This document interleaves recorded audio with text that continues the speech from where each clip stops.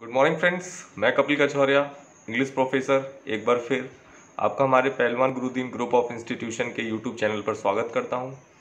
और जो वीडियोस मैंने basic grammar, parts of speech के पहले 2 अपलोड किए हैं, उसी की नेक्स्ट सीरीज़ मैं आपके लिए लेकर आया हूं। और मैं कई बार आपको बता भी चुका हूं, ये वीडियो केवल सिर्फ हमारे ग्रुप ऑफ इंस्टीट्यूशन के प्रोफेशनल कोर्सेज़ के लिए नहीं, बल्कि जो इंग्लिश ग्रामर के लर्नर हैं उनके लिए है।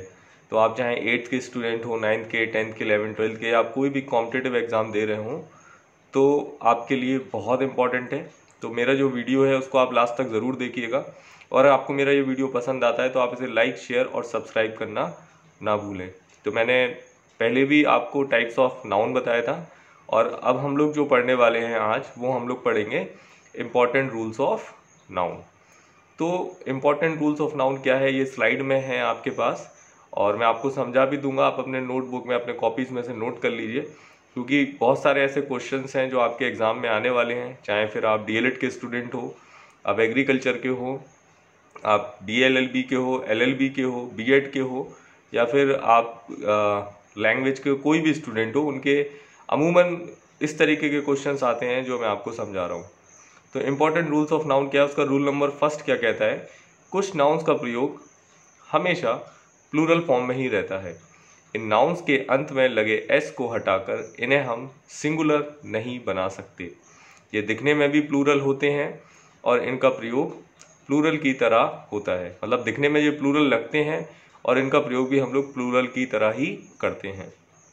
ये जो नाउन है वो निम्न प्रकार हैं। तो ये जो नाउन इस स्लाइड में है, अगर वीडियो तेज जाता हो तो आप इसको पॉज करके अपनी कॉपी में नोट कर लीजिए।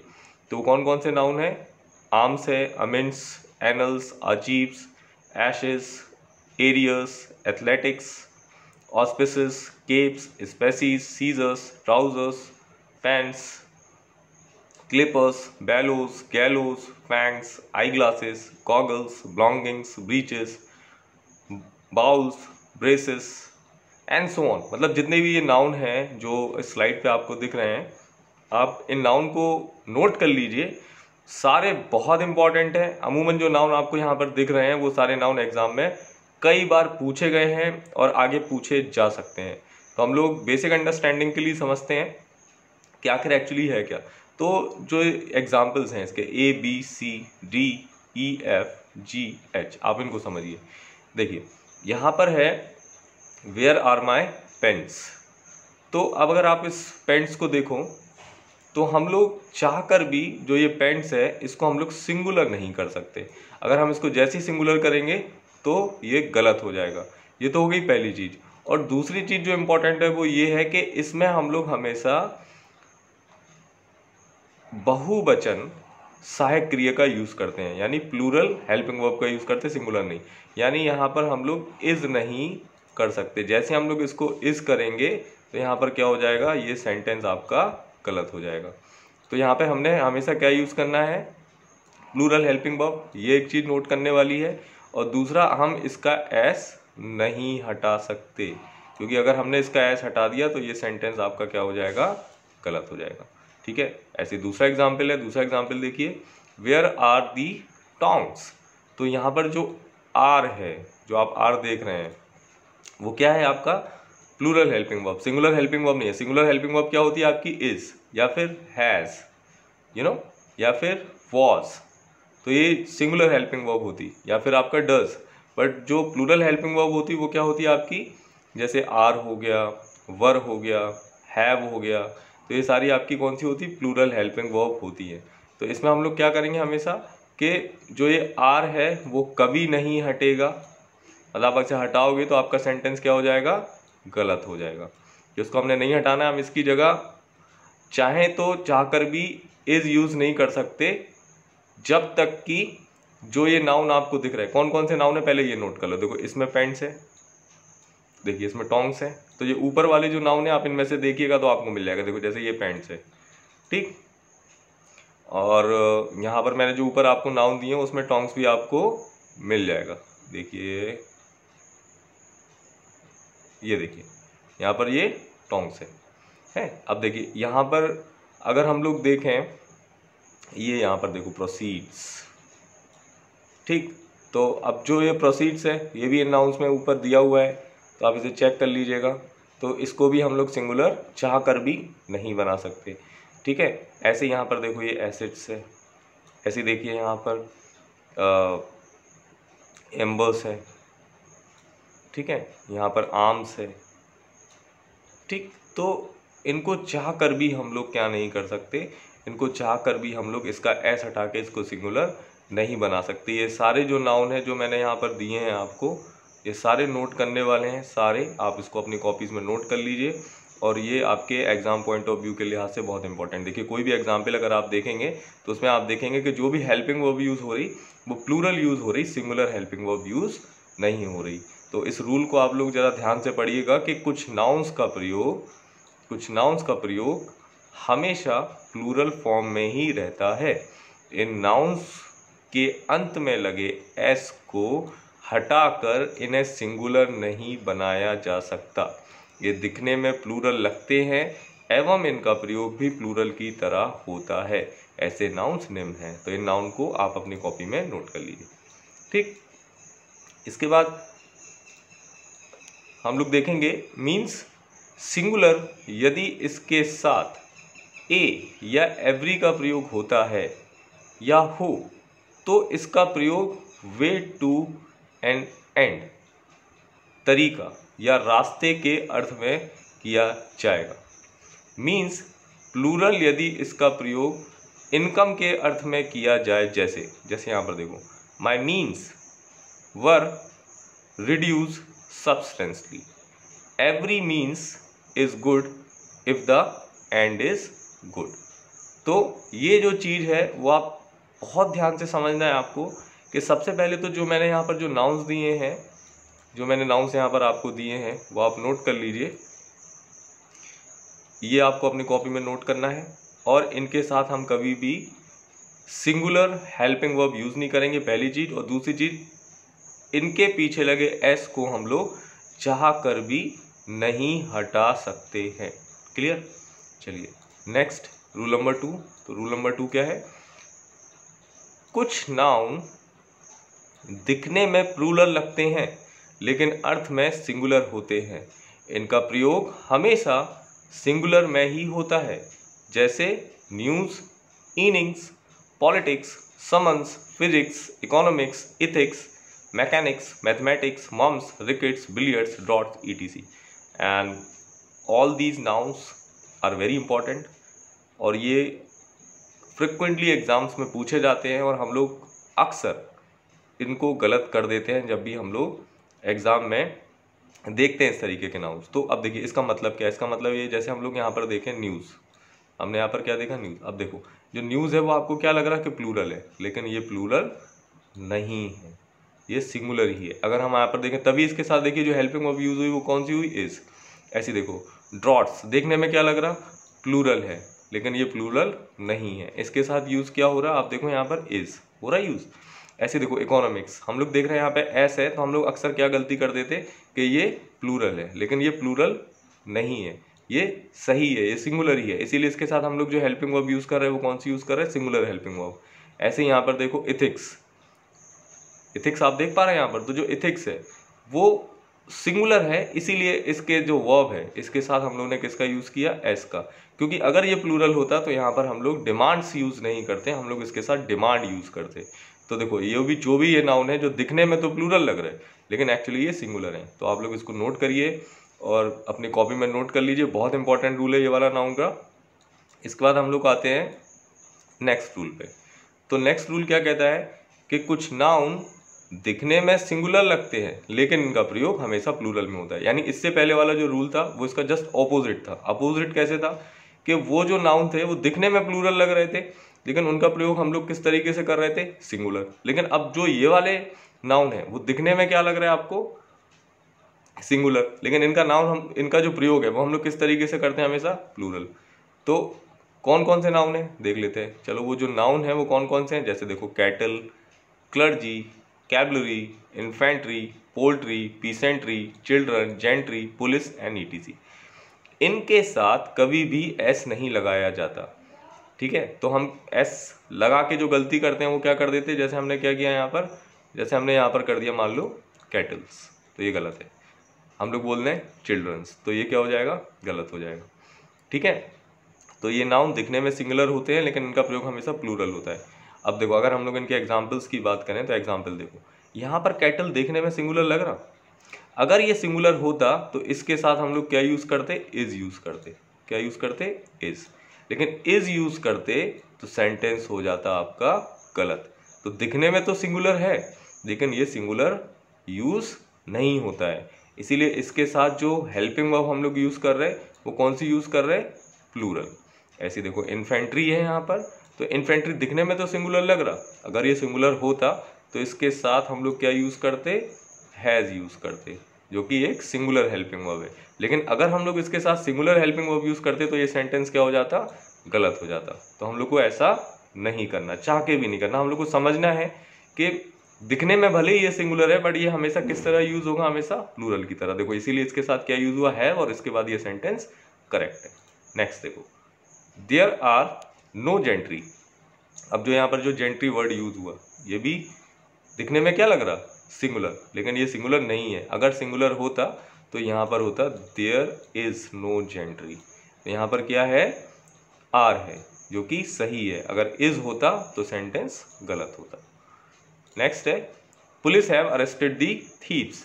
तो यहाँ पर जो पुलिस वर्ड है वो दिखने में क्या लग रहा, सिंगुलर है, लेकिन इसके साथ हमने जो यूज़ किया वो हैव यूज़ किया। क्यों, क्योंकि दिखने में तो सिंगुलर है लेकिन एक्चुअली में ये प्लूरल है। Got it. चलिए नेक्स्ट रूल क्या आ जाता है, नेक्स्ट रूल आ जाता है कुछ नाउन का प्रयोग केवल सिंगुलर फॉर्म में ही किया जाता है, ये अनकाउंटेबल होते हैं। अनकाउंटेबल यानी कि जिनको हम लोग गिन नहीं सकते।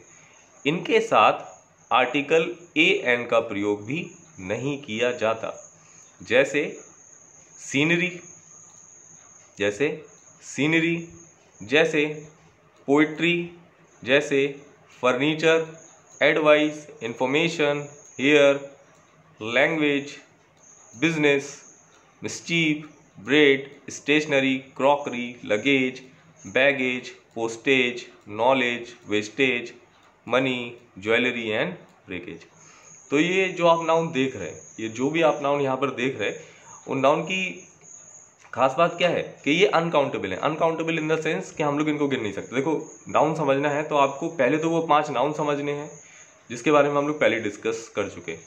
ठीक है, कौन कौन से थे वो, आपके प्रॉपर थे, कॉमन थे, कलेक्टिव थे, मटेरियल थे एंड एब्स्ट्रैक्ट थे। और उसके बाद आपको नाउन में 2 चीज़ें और समझनी। वो 2 चीज़ें कौन सी हैं, एक तो काउंटेबल नाउन और दूसरी अनकाउंटेबल नाउन, यानी वो नाउन जिनको हम गिन सकते या जिनको हम नहीं गिन सकते। तो अभी यहाँ पर इन्होंने क्या बोला कि कुछ नाउन्स का प्रयोग केवल सिंगुलर फॉर्म में ही किया जाता है, ये अनकाउंटेबल नाउन है, यानी वो नाउन जिनको हम लोग गिन नहीं सकते। तो इनके साथ आर्टिकल ए एन का प्रयोग नहीं किया जाता। एग्जाम्पल के तौर पे समझ लो, जैसे अगर हम बोलें आपको पोइट्री या हम आपको बोलें एडवाइस, तो आप एडवाइस को नहीं गिन सकते।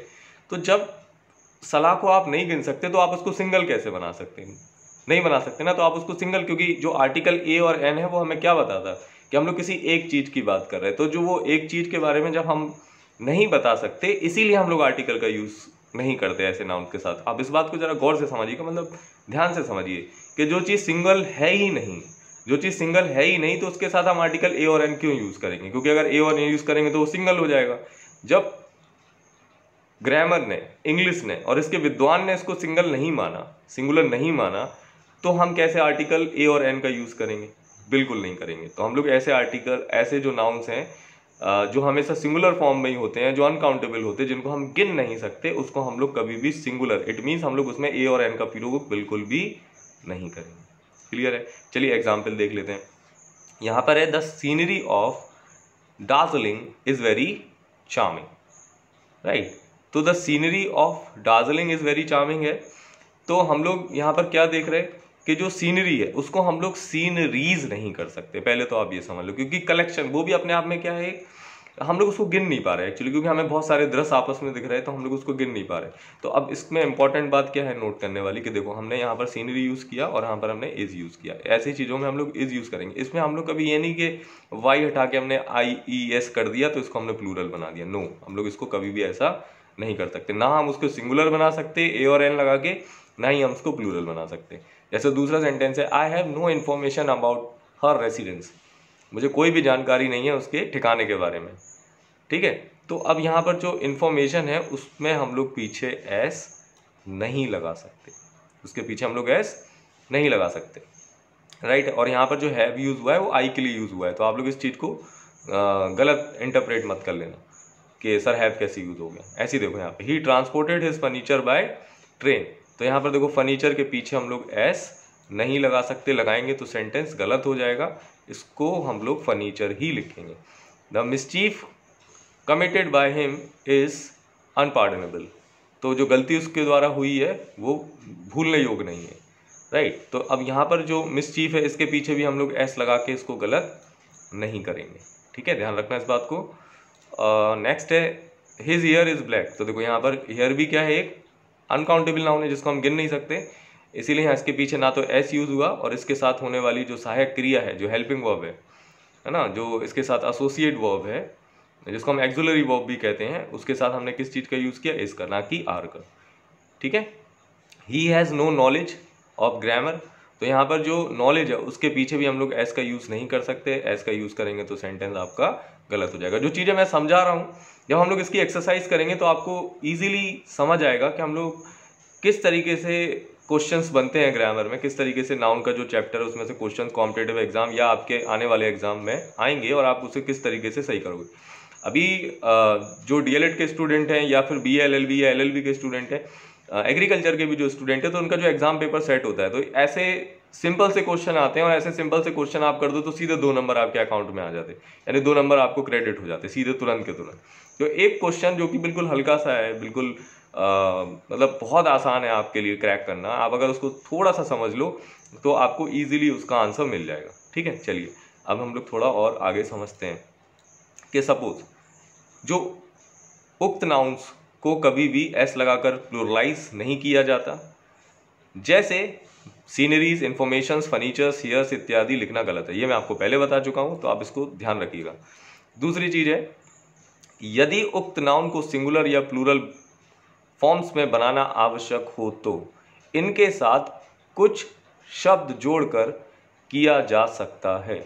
जैसे देखो, जैसे यहाँ पर हमने इसको प्लूरल बनाना, सपोज हम चाहते हैं कि हम इंफॉर्मेशन में भी एस ना जोड़ें और हमारा काम हो जाए, तो ऐसे चीज़ों के लिए हम लोग कुछ वर्ड्स का यूज़ करेंगे। देखो जैसे हमने यहाँ पर यूज़ किया पीस, ठीक, तो अगर हम चाहें तो हम क्योंकि हमने यहाँ पर आ लगाया, ठीक, तो हमने यहाँ पर क्या लिखा, he gave me a piece of information, तो उसने मुझे एक पीस ऑफ इन्फॉर्मेशन दी, है ना, उसने मुझे जानकारियाँ दी, ठीक है।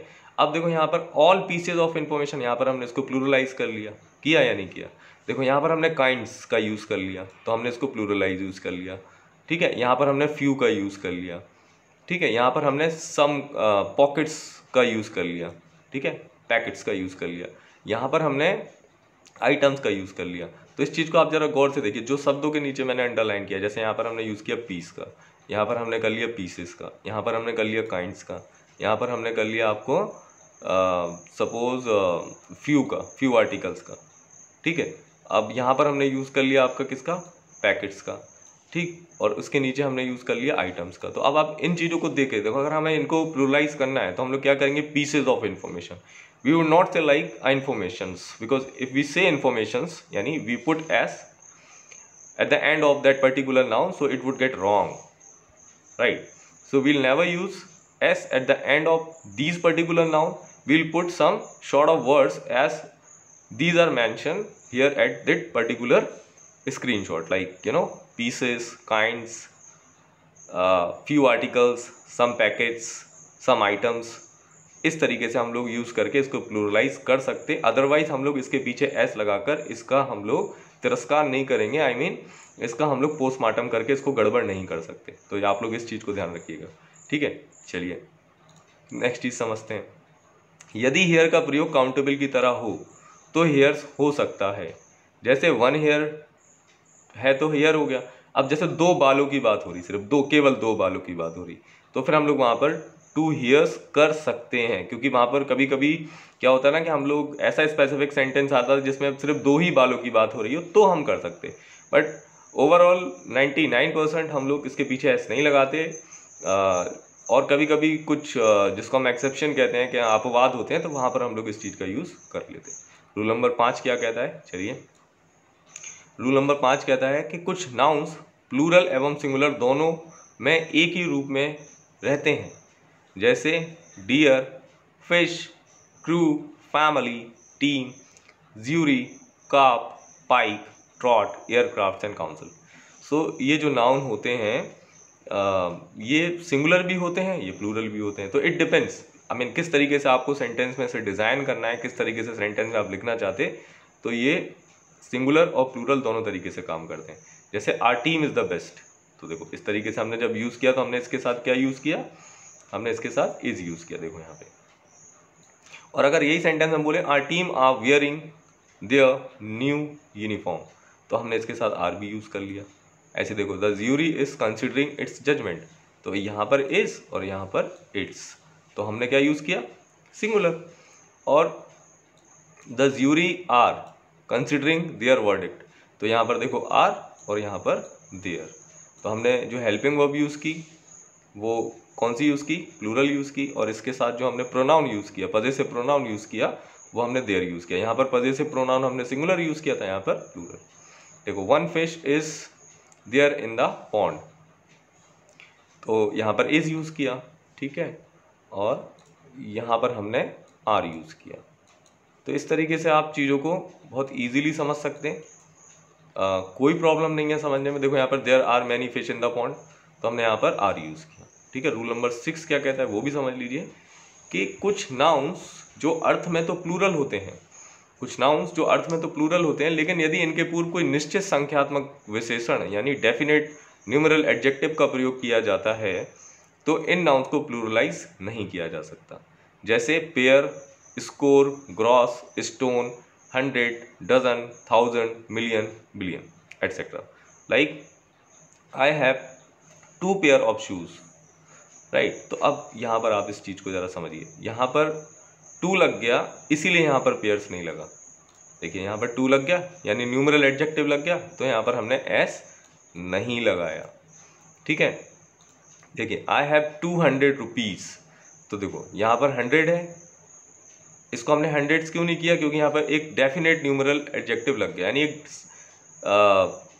निश्चित संख्यात्मक विशेषण लग गया, इसीलिए हमने इसके पीछे एस नहीं लगाया। ऐसे देखिए तीसरा, सी परचेज 3 डजन पेंसिल्स, तो यहाँ पर देखो जो डजन है उसके पीछे हमने एस नहीं लगाया, लगाएंगे तो क्या हो जाएगा, सेंटेंस गलत हो जाएगा। ऐसे ही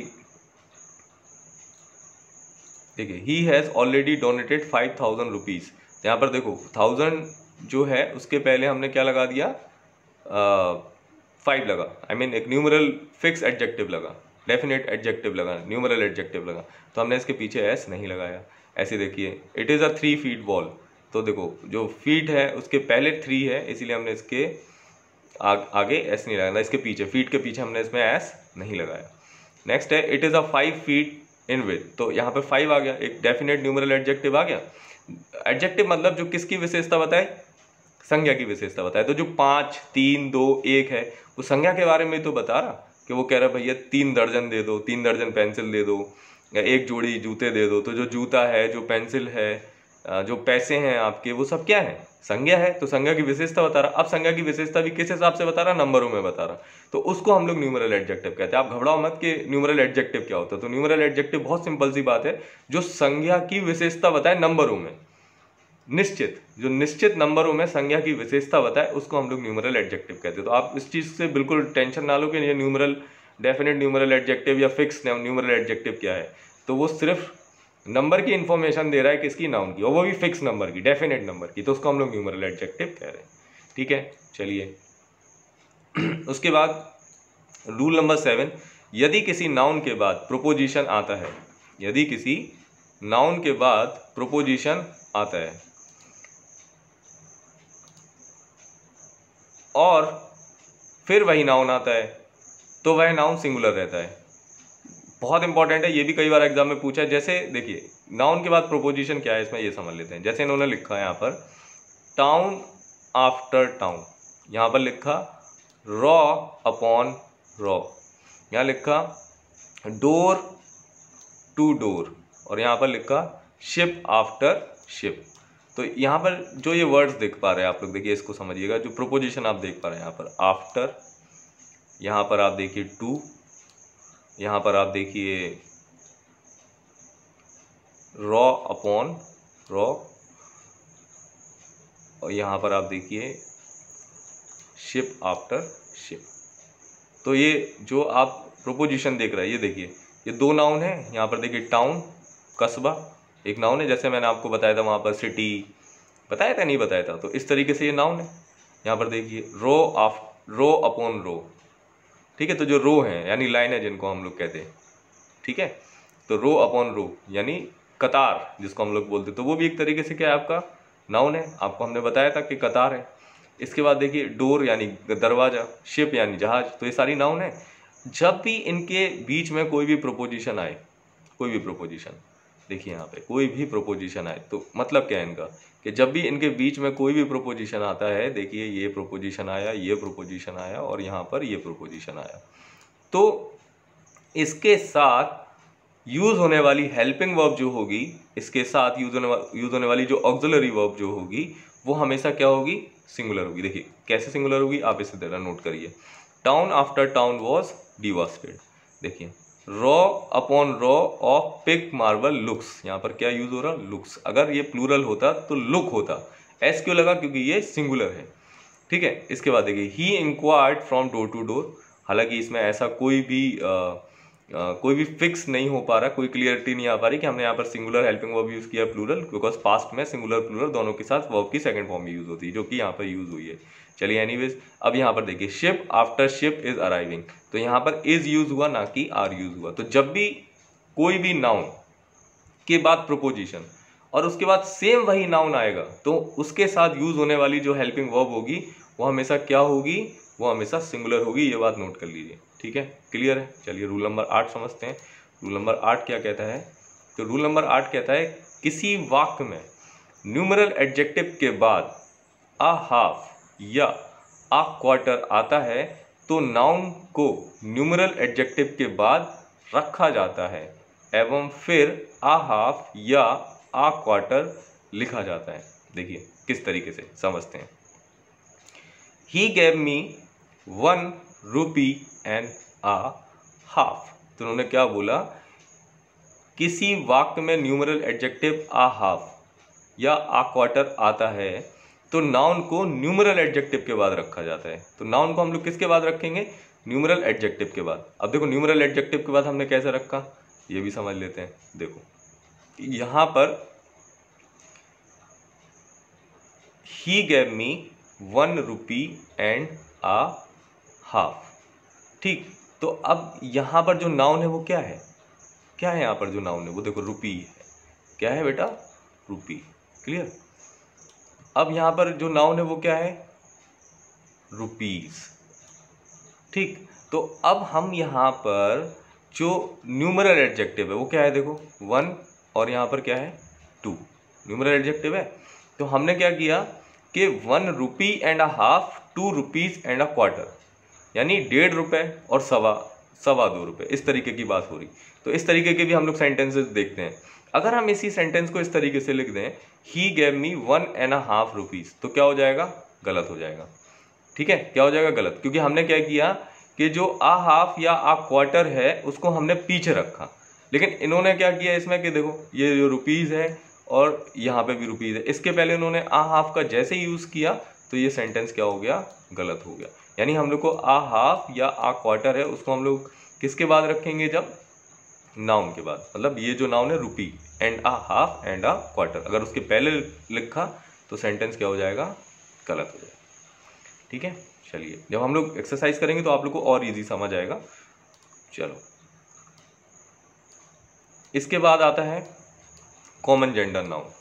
तो कॉमन जेंडर नाउन जैसे teacher, student, child, clerk, advocate, worker, writer, author, leader, musician etcetera. देखो समझने वाली बात यह है कि कुछ नाउन ऐसे होते हैं जिसमें हम समझ ही नहीं पाते कि बात मतलब लड़के की हो रही है या लड़की की हो रही, मैस्कुलाइन जेंडर की बात हो रही है या फेमिनाइन जेंडर की बात हो रही है। जैसे हम लोग बात करें टीचर, आप बता सकते कि टीचर कौन है, कोई लेडी है या जेंट्स, नहीं बता सकते ना। जैसे हम लोग बात करें स्टूडेंट, आप उसमें भी नहीं बता सकते लड़का या लड़की। तो जो ये नाउन आप यहाँ पर देख पा रहे हैं वो कौन से होते हैं, हमेशा कॉमन होते हैं। उसमें हम लोग डिटेक्ट नहीं कर पाते कि लड़के की बात हो रही या लड़के की बात हो रही, ये बात समझिएगा आप। तो जब भी ऐसे नाउन्स आपको दिखेंगे तो उसके साथ जब हम कोई प्रोनाउन यूज़ करेंगे, कोई भी प्रोनाउन यूज़ करेंगे यानी पजेसिव प्रोनाउन यूज़ करेंगे, तो हम लोग लड़के को प्राथमिकता देंगे। देखो समझने वाली बात क्या है, इसको समझ लो। देखो रूल क्या कह रहा, रूल ये कह रहा कि कॉमन जेंडर नाउन जैसे teacher, student, child, clerk, advocate, worker, writer, author, leader, musician etcetera, ऐसे नाउन जिनका प्रयोग मेल एवं फीमेल दोनों के लिए किया जाता है, इन्हें ड्यूल जेंडर भी कहा जाता है।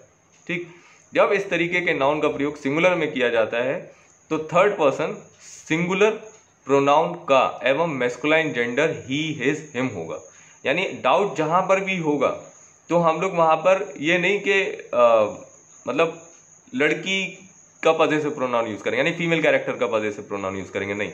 हम लोग जो पजेसिव प्रोनाउन यूज करेंगे वो हम लोग प्राथमिकता किसको देंगे, मैस्कुलाइन जेंडर को। देखो कैसे, जैसे यहाँ पर एक सेंटेंस है एवरी कैंडिडेट, तो जो ये कैंडिडेट जो वर्ड आप देख पा रहे हैं यहाँ पर, वो क्या है कैंडिडेट वर्ड, एक कॉमन है, हमें नहीं पता कि लड़के की बात हो रही है लड़के की। तो इसके साथ यूज होने वाला जो प्रोनाउन है, देखो यहाँ पर क्या यूज हो रहा है, हिज। हम लोग हर यूज करेंगे गलत हो जाएगा, ठीक है। तो जब ना पता हो तो हम लोग उसमें लड़के का ही यूज करेंगे। जैसे देखो एवरी पर्सन, पर्सन भी हमें समझ नहीं आ रहा लड़के की बात हो रही, तो यहाँ पर हम क्या यूज करेंगे, हिज।